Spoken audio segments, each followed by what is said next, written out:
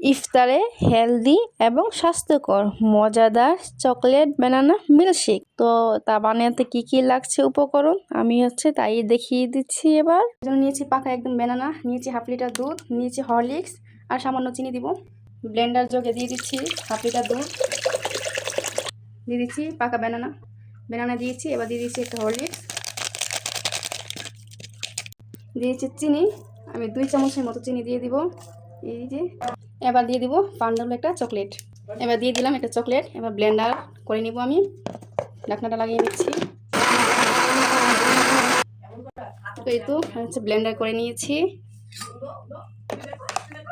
দেখেন চকলেট দেওয়াতে কিন্তু চকলেট কালার হয়েছে। এবার আমি গ্লাসে ঢেলে নিব। আমি এবার বানানা মিল্কশেকটা ঢেলে নিচ্ছি।